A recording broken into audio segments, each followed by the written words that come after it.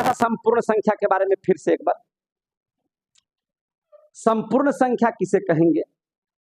तो आपको हम पढ़ाए थे संपूर्ण संख्या के बारे में, और यहां पर आप देख लीजिए बहुत ध्यान से, और आप इसको जब देखेंगे तो संपूर्ण संख्या क्या है। देखिए, कोई भी संख्या संपूर्ण संख्या तब कहलाएगी जब उनका अपवर्तकों को जोड़िएगा तो जोड़ने पर कोई ना कोई मान आएगा।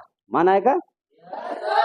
जैसे अगर हम 4 का अपवर्तक निकालें तो 4 का अपवर्तक हो गया 1 2 4, अब उसको जोड़ दिए तो कितना हो जाएगा?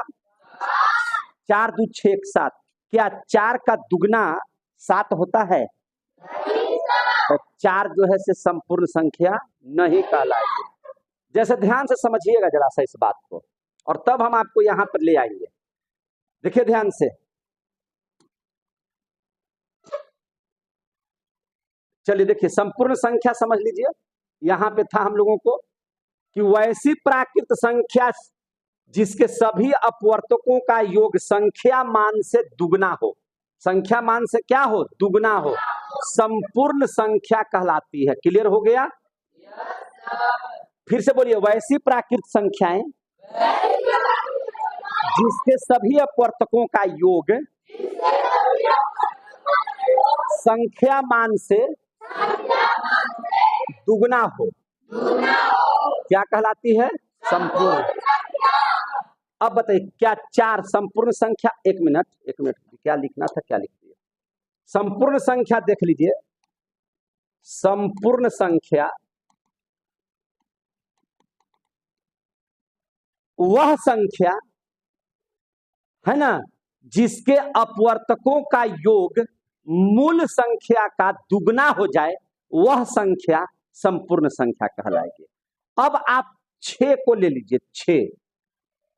6 के अपवर्तक कौन कौन है? 1 2 3 6।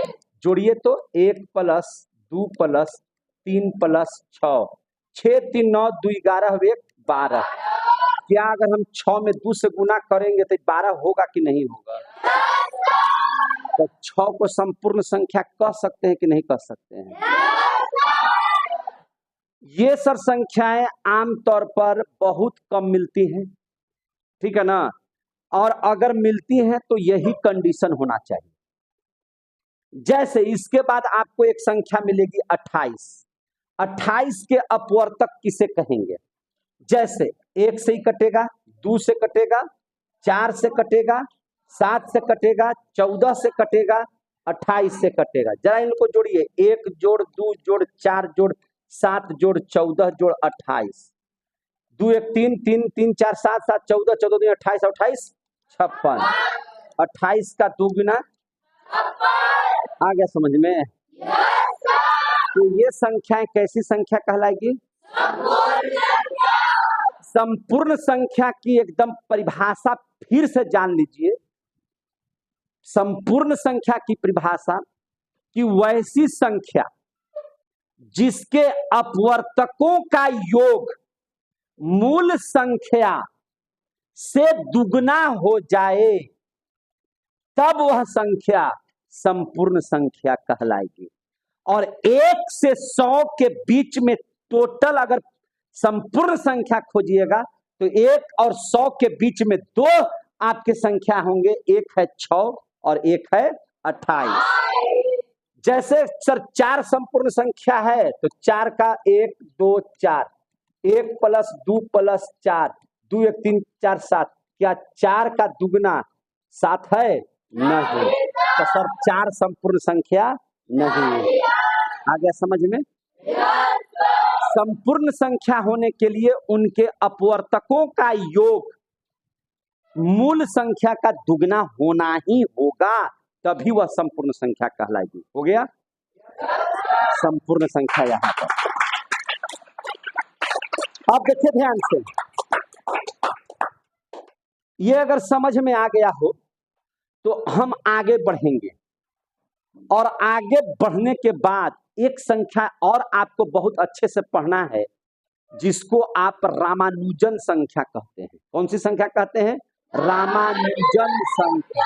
रामानुजन जो थे, श्रीनिवास रामानुजन बहुत बड़े गणितज्ञ थे, इंग्लैंड के रहने वाले थे, ठीक है ना। तो हुआ यूं कि जैसे वो इंग्लैंड के बीमार पड़ गए थे, वो श्रीनिवास रामानुजन जो थे वो क्या पड़ गए थे, बीमार। जब बीमार पड़ गए थे तो उनका एक दोस्त था, है कि नहीं, तो उनका दोस्त का नाम था, उनका दोस्त का जो नाम था गॉडफ्रे, है ना, हार्डी। क्या नाम था उनका, गॉडफ्रे हार्डी। उनसे मिलने के लिए आए थे। क्या करने आए थे, मिलने के लिए।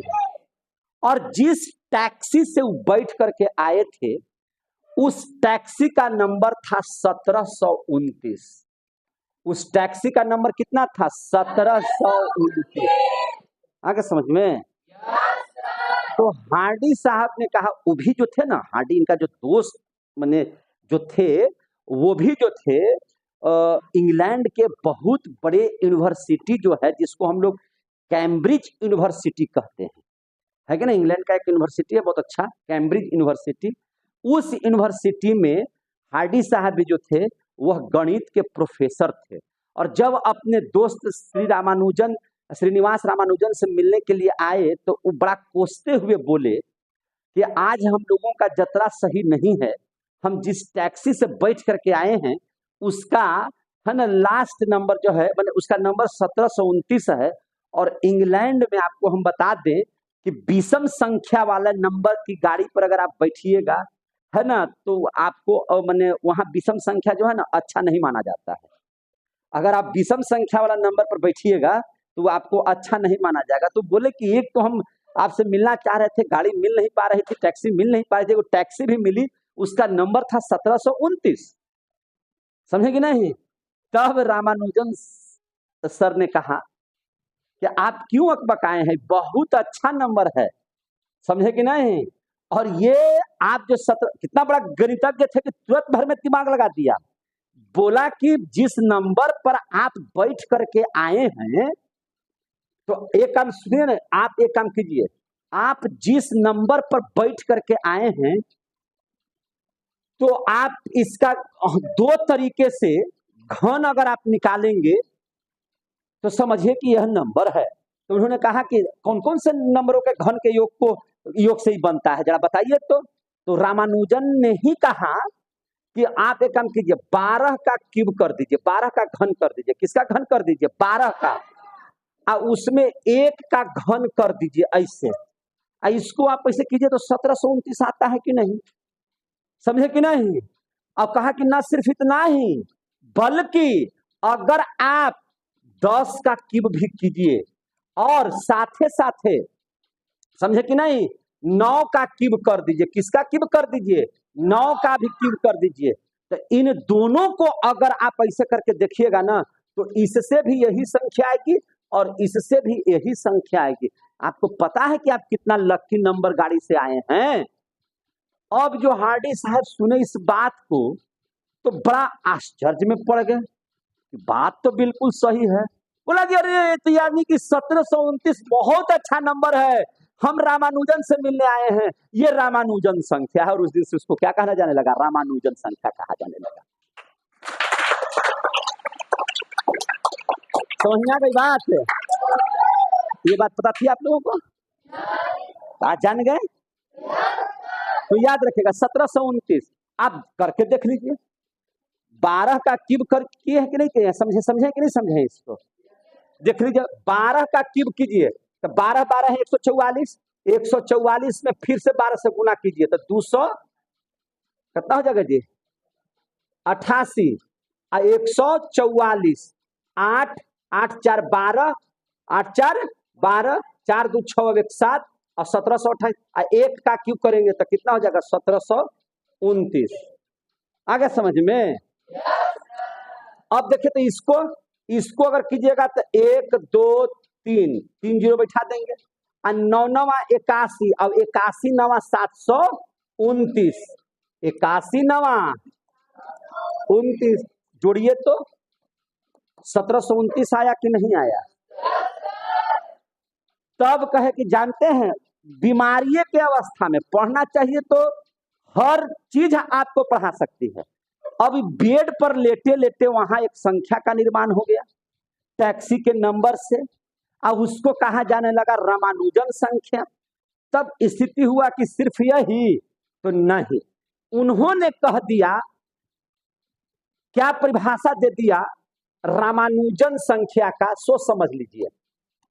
इन्होंने कहा कि हर वो संख्या रामानुजन संख्या कहलाएगी कब, जब दो घनों का योग, जब दो घनों के योग के द्वारा दो तरीकों से, कितने तरीकों से, दो भिन्न तरीकों से जो संख्या का निर्माण होगा, फिर समझ लीजिए, दो घनों के योग द्वारा, दो घनों के योग द्वारा, एक घन हुआ 12 का क्यूब, दूसरा घन हुआ 1 का क्यूब, तो दो घनों के योग के द्वारा, और एक तरीका से नहीं, दो दो तरीके से अगर जो नंबर सेम आ जाए तो वह संख्या क्या कहलाएगी, रामानुजन संख्या कहलाएगी। आगे समझ में? तो सबसे पहला संख्या क्या मिल गया, 1729। सर इसके अलावा कोई और रामानुजन संख्या है, बोलिए। तो हाँ है, और नहीं जानते हैं तो आज जान भी लीजिएगा। पहली संख्या तो ये रामानुजन संख्या हमने आपको बता दिया। दूसरी जो संख्या है, एक संख्या है 4104, 4104, ये भी रामानुजन संख्या है। कैसे? ये भी रामानुजन संख्या है। कैसे से समझ लीजिए। अगर आप 16 का क्यूब करें, किसका क्यूब करें, 16 का, और इस क्यूब में 2 का क्यूब जोड़ दीजिए, तो एक तरीके से तो 4104 आ गया।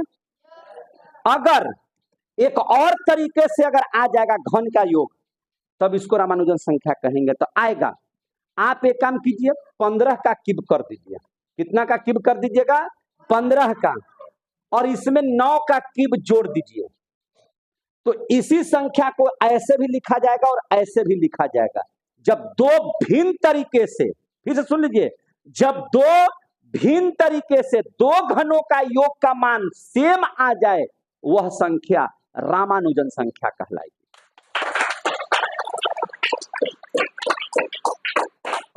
सर कोई और नंबर है रामानुजन संख्या? तो लो ना, हम आपको पास परोस रहे हैं, तीसर का भी एक और रामानुजन संख्या है।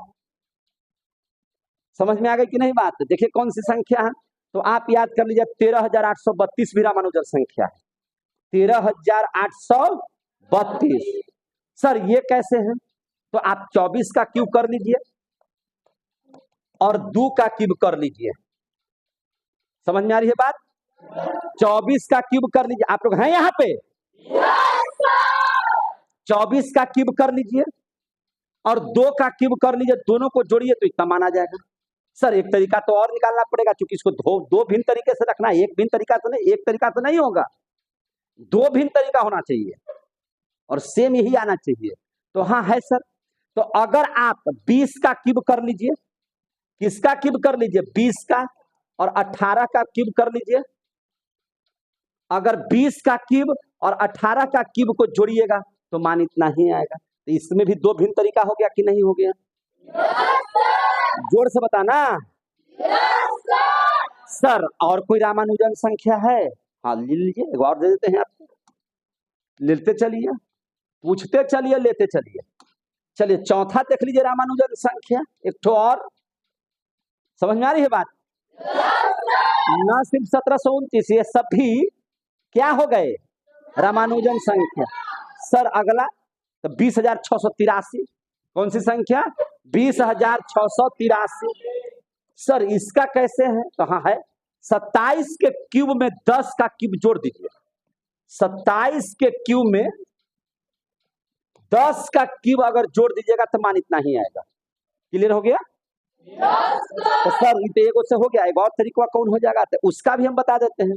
अगर आप 24 के क्यूब में 19 का क्यूब जोड़ दीजिए, 24 के क्यूब में कितना जोड़ दीजिएगा, 19 का क्यूब जोड़ दीजिएगा, तो ये भी संख्या इतना ही आएगी। तब जब दो घनों के योग द्वारा दो भिन्न तरीकों से जिस संख्या को व्यक्त किया जाए उसी को हम लोग क्या बोलते हैं, रामानुजन संख्या कहते हैं। आ गया समझ में? तो बोलिएगा।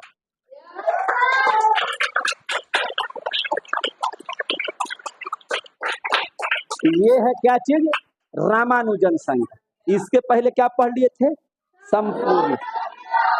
संपूर्ण संख्या भुला तो नहीं ना गए? किसी भी कोई भी संख्या संपूर्ण संख्या तब कहलाएगी जब उनके अपवर्तकों का योग मूल संख्या का 2 गुना हो जाए, उसको हम लोग क्या बोलेंगे?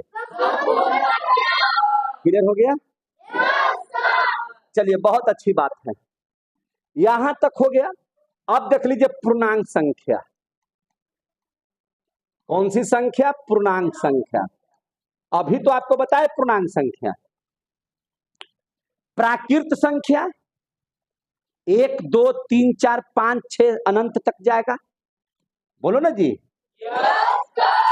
प्राकृत संख्या 1 2 3 4 बोलबे नहीं करते हैं आप लोग।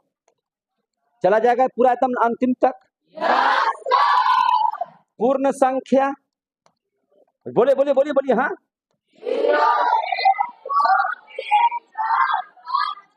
हो गया। देखिए प्राकृत संख्या जो है, अगर इसको आप ध्यान से देखिएगा तो 1 के पहले कोई चिन्ह लगा हुआ है? अगर किसी मैथमेटिक्स अंक के पहले अगर किसी भी प्रकार का कोई चिन्ह नहीं है तो आपको समझ लेना है मन में कि इसमें प्लस चिन्ह ऑलरेडी लगा हुआ है। कितने बच्चों को ये बात समझ में आ गई? अगर आप 5 लिखते हैं तो वह 5 नहीं है, +5 है। वो प्लस को लिखने की जरूरत नहीं है। तो जितने भी प्राकृत संख्या आपने देखा तो उसके पहले तो कोई चिन्ह नहीं है। सीधा बोलने की सीधा बैठो। पहले जो, फिर से समझिए बात को, इसे सीधा बैठे लीजिए, फिर से समझिए। कोई भी आप संख्या लेते हैं, क्या उसके पहले कोई अगर कुछ नहीं लगा हुआ है तो आप समझिएगा कि उसमें प्लस है। जैसे 10 लिखा हुआ था, +10 है। वो 1 लिखा हुआ है तो क्या है, वो +1 है। तो निश्चित तौर पर कुछ ऐसी भी संख्याएं होंगी ना जिसमें माइनस लगा हुआ होगा। तो वैसी संख्या, वैसी प्राकृत संख्या जिसमें माइनस लगा हुआ है, तो अब हम कह सकते हैं कि प्राकृत संख्या को अगर हम 2 भाग में कर दे तो एक ठो को कहिए धन प्राकृत, एगो को कहिए ऋणात्मक प्राकृत, ऋण प्राकृत। तो कोई दिक्कत है? ये हो गया 1 2 3 4 5 से लेकर के अनंत तक धन, लेकिन -1 -2 -3 -4। कोई बोल रहा है क्या पीछे से? कोई बोल रहा था क्या? -1 -2 -3 -4 -5 अनंत तक जाइएगा तो क्या हो जाएगा, वो ऋण प्राकृत। तो ये भी हो गया प्राकृत का, ये भी है ऋणात्मक प्राकृत और धनात्मक प्राकृत। और पूर्ण में हो गया आपका क्या चीज, 0। तो जब, फिर सुनिए, जब ऋणात्मक प्राकृत पूर्ण संख्या में 0 और प्राकृत संख्या माने धनात्मक प्राकृत संख्या सबको 1 में मिला दीजिए तो उसी को हम लोग बोलते हैं क्या चीज, पूर्णांक संख्या। उसी को क्या बोलते हैं, पूर्णांक संख्या।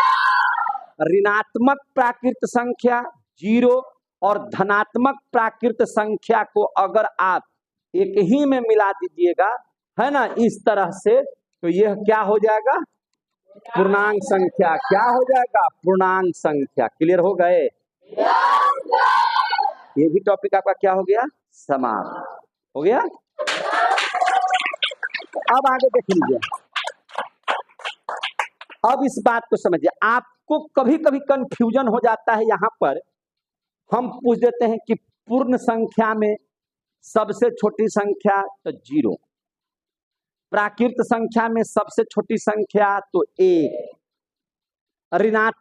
अब यहाँ पे पूर्णांक संख्या में सबसे छोटी संख्या, तो भैया पूर्णांक संख्या में सबसे छोटी संख्या कोई नहीं, पूर्णांक संख्या में सबसे बड़ी संख्या तक कोई नहीं, वो भी अनंत तक जाएगा, इधर भी अनंत तक जाएगा, कहीं है कोई और छोटी सबका नहीं।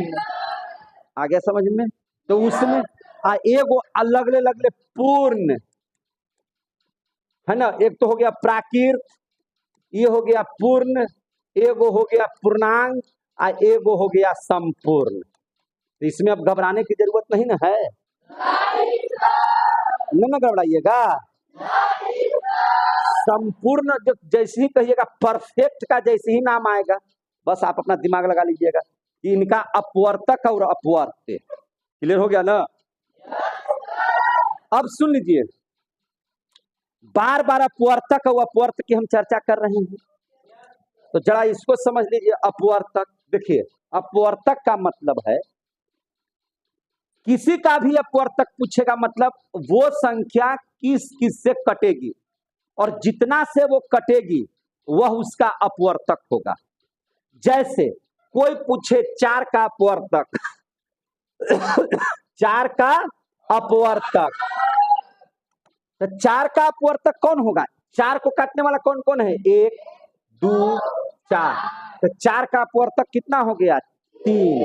1 2 4। लेकिन 4 का अपवर्त कोई पूछेगा, अपवर्त, तो 4 कितने संख्या को काट सकता है? तो 4 4 को काट देगा, 8 को, 12 को, 16 को, 20 24 28 32 अनंत तक। समझ में आ गया बात है? तो हम कहेंगे कि 5 का अपवर्त बताइए, कितने बच्चे बता सकते हैं 5 का अपवर्त्य? बोलो तो 5 का अपवर्त। ताली ठोको ना यार। अच्छा, 5 का अपवर्तक कौन कौन बता सकता है? हाँ बोलिए, कौन कौन होगा? ठोक दो इसके लिए भी पहले, और एक के लाइन में हम सब क्लियर कर दीजिए, कर दिए। अब हमको बताइए 10 का अपवर्तक के बता सकते हैं? कितने बच्चे बता सकते हैं 10 का अपवर्तक? बोलो।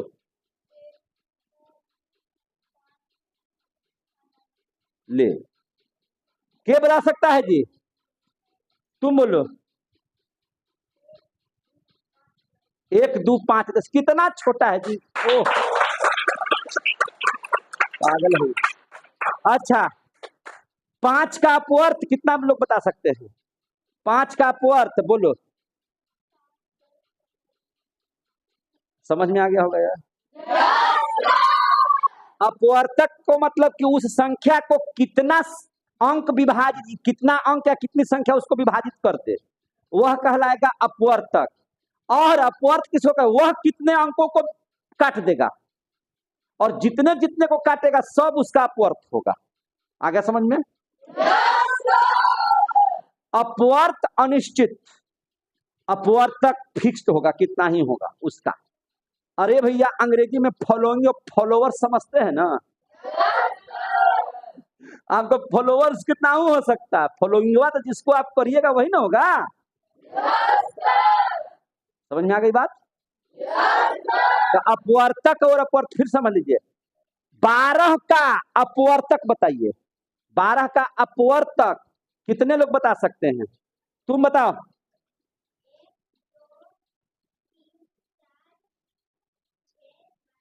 यार क्या है यार ये सब?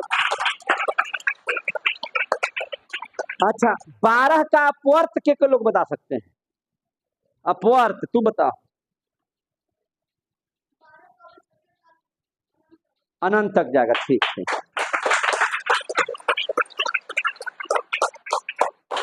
किसी का भी अपवर्त चला जाएगा अनंत तक, अपवर्तक अनंत तक। और जिसके केवल 2 अपवर्तक हो और जिसके 2 से अधिक अपवर्तक हो। चलिए याद तो है, हम देख लिए, आगे देख लीजिए। इकाई दहाई आता है ना आप लोग को? जरा शुरू करो, शुरू करो।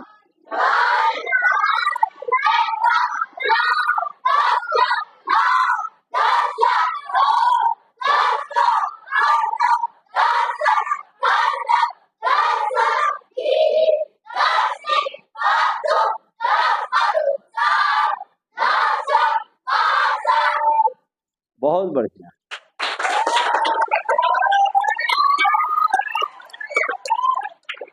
दस संख महासंख, 10 महासंख पढ़ाए हैं ना? चलिए देख लीजिए, आगे चलिए। अब यहां तक समझ लिए। अब आगे देख लीजिए जरा सा, चलिए अब आप समझ लीजिए कुछ संख्याएं जो आपको याद होने चाहिए। विभाज्यता का नियम। क्या चीज का नियम? विभाज्यता का नियम। कोई संख्या 2 से कटे इसकी क्या पहचान है? कोई संख्या 3 से कटे इसकी क्या पहचान है? कोई संख्या 4 से कटे इसकी क्या पहचान है? क्लियर हो रहे हैं? चलिए आपको अभी पहला चीज हो जाएगा 2 से विभाज्यता का नियम या विभाजित होने का नियम। और जो जो संख्या 2 से विभाजित होगी उसको सम संख्या भी कहते हैं, पता है ना? तो 2 से विभाजित होने का नियम।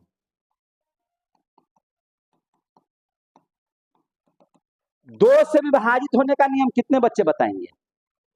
बोलिए तो धड़धड़ा के।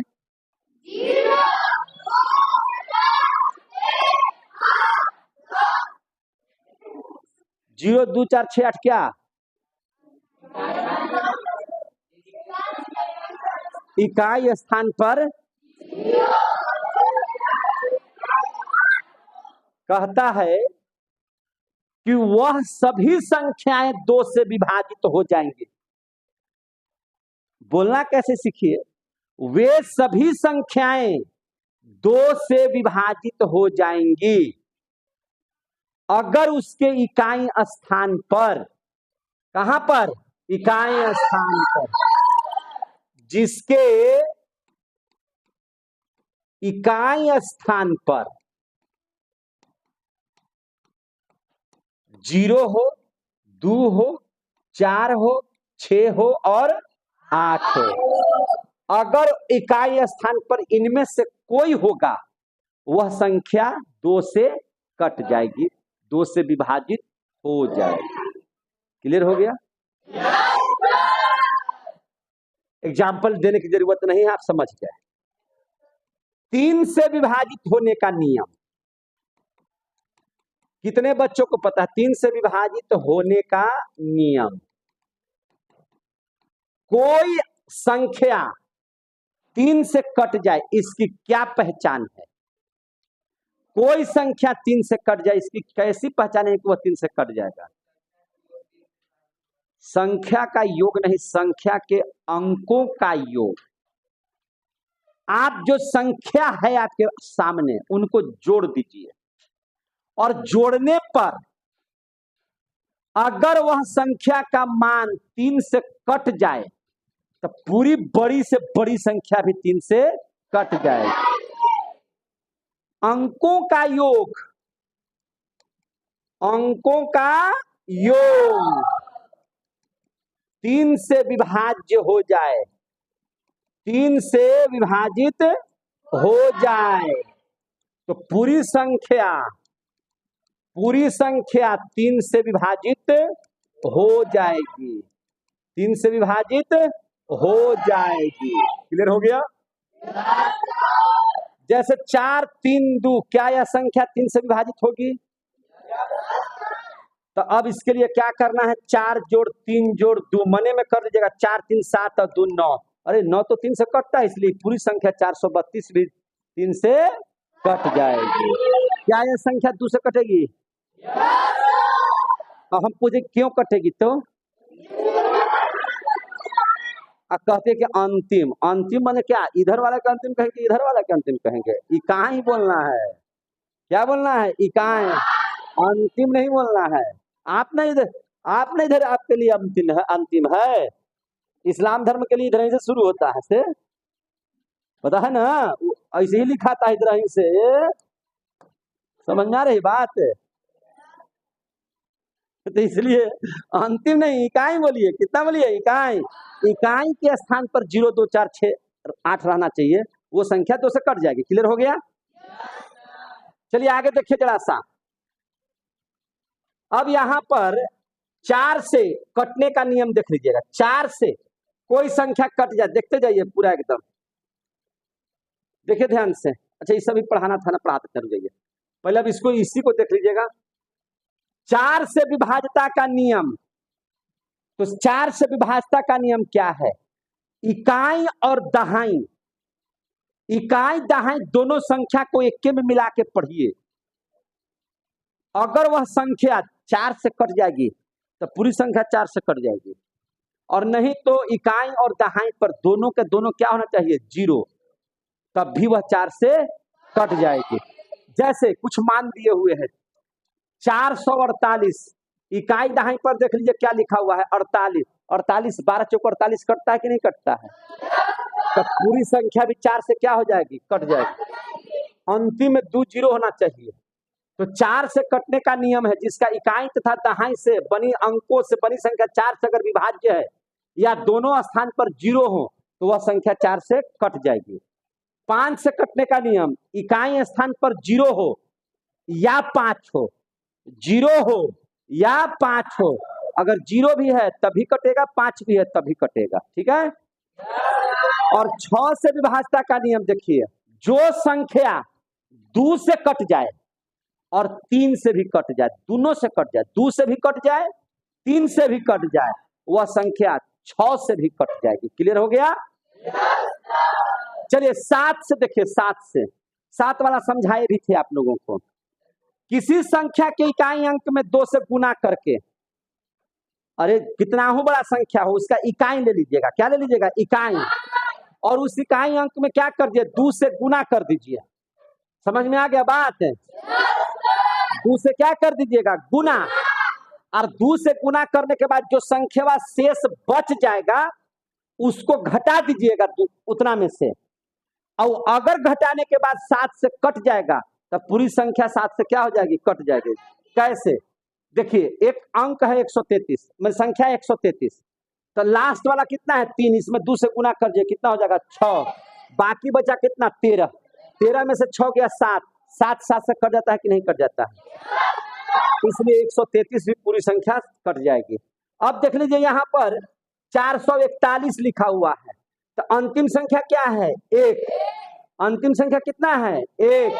तो 1 में 2 से गुना कर दीजिए, कितना हो जाएगा? 2। 2 हो जाएगा। ये कहाँ से आ गया? ओ, ये दूसरा तरह से बता रहा है। आप यही याद रखिएगा, ठीक है ना? हम वैसे लेके चलेंगे, ठीक है। हम देखिए ना, 1 है, 1 में 2 से गुना करेंगे, कितना हो जाएगा? 2। समझे कि नहीं?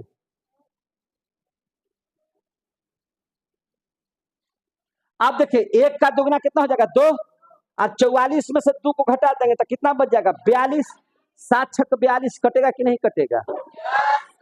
पूरी संख्या 441 भी 7 से कट जाएगी।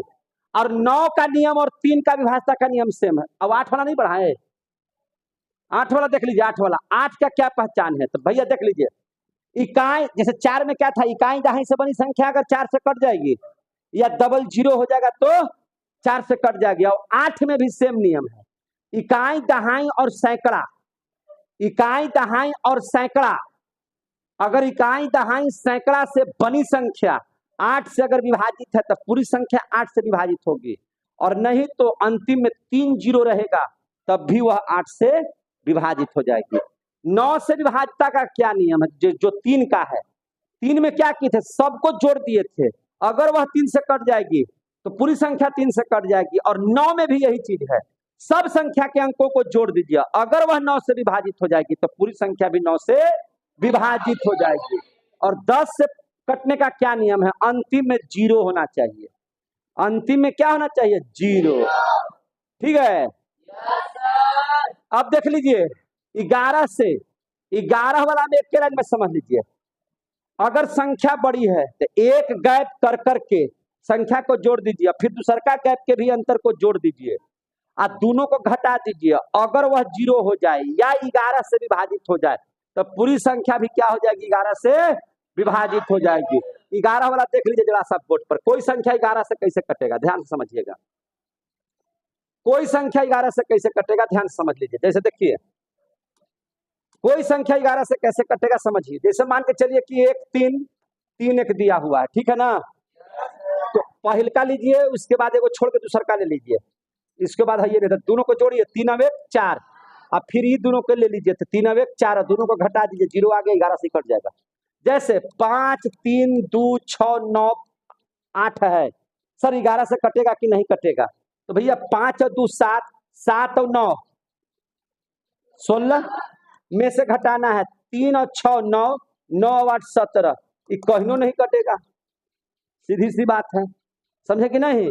16 में से 17 क्या माइनस 1, या 17 में से 16 क्या एक 11 से कटता है? नहीं कटता, तो ये पूरी संख्या भी 11 से नहीं कटेगी। क्लियर हो गया? कटने के लिए 11 से कटने के लिए क्या है ना, एक को छोड़ छोड़ के जोड़ते जाइएगा और फिर नीचे से एक को छोड़ के जोड़ ले जाइएगा और दोनों को अंतर कर दीजिएगा। अगर अंतर 0 हो जाए या 11 से भाज्य हो जाए तो पूरी संख्या भी 11 से कट जाएगी। आज इतना ही।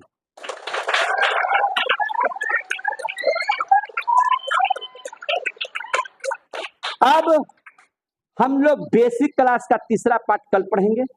तब तक के लिए आप सभी लोगों को जय हिंद, जय भारत।